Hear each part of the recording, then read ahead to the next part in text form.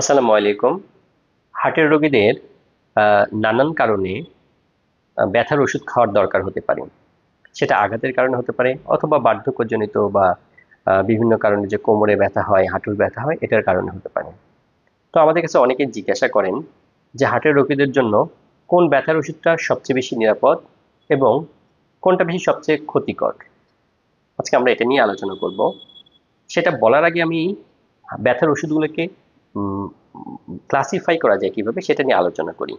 ব্যথার ওষুধগুলোকে সাধারণত দুইটা শ্রেণীতে ভাগ করা হয়। একটা হচ্ছে এনএসএআইডি, যেটার মধ্যে ketorolac, naproxen, diclofenac, ibuprofen, etoricoxib এই জিনিসগুলো আছে। আরেকটা হচ্ছে অপিওয়েড। অপিওয়েডের মধ্যে মরফিন, পেথিডিন, ট্রামাডল এই ওষুধগুলো রয়েছে। আরেকটা ব্যথার ওষুধ আছে যেটা আসলে এই দুটো গ্রুপের কোনোটার মধ্যেই পড়ে না, সেটা হচ্ছে প্যারাসিটামল, যেটা বাজারে না পাওয়া বিভিন্ন নামে পাওয়া যায়।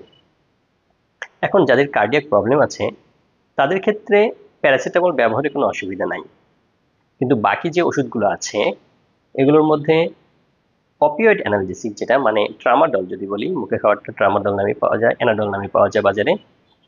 এটা খেলে আপনার হয়তো বমি হতে পারে বা নানাবিধ মাথা ঘোরা থেকে শুরু করে অন্যান্য সমস্যা হতে পারে, ঘুম বেশি হতে পারে, কিন্তু হার্টের রক্তনালীতে খুব বেশি সমস্যা হয়েছে এরকম কোনো প্রমাণ এখন পর্যন্ত পাওয়া যায়নি। কিন্তু বাকি যে ড্রাগগুলো আছে এনএসআইডি গ্রুপের, যে কিটোরোলাক, ডাইক্লোফেনাক, ন্যাপ্রোক্সেন, ইবুপ্রোফেন এই ওষুধগুলো, ইটোরিকক্সিব এই ওষুধগুলো অনেক সময় ক্ষতি করে থাকে। এর মধ্যে সবচেয়ে ক্ষতিকর হচ্ছে ইটোরিকক্সিব, যেটা আপনার সাডেন হার্ট অ্যাটাকের সম্ভাবনাকে অনেক গুণ বাড়িয়ে তোলে, অথবা স্ট্রোক হওয়ার সম্ভাবনাটাওকে বাড়িয়ে তোলে। আর এর মধ্যে যদি খাইতেই হয় তাহলে সবচেয়ে মানে খারাপগুলোর মধ্যে সবচেয়ে ভালো হচ্ছে ন্যাপ্রোক্সেন। তবে এটার এভিডেন্স আছে, এটাও হার্ট অ্যাটাক বা স্ট্রোকের পরিমাণটাকে বাড়ায় দিতে পারে। তাহলে যদি আমি সামারি করি, তাহলে সবচেয়ে নিরাপদ হচ্ছে প্যারাসিটামল বা নাপা জাতীয় ওষুধটা। দ্বিতীয় হচ্ছে অ্যানাডল জাতীয় যে ওষুধ বা ট্রামাডল জাতীয় ওষুধ, যেটা অ্যানাডল নামে পাওয়া যায়।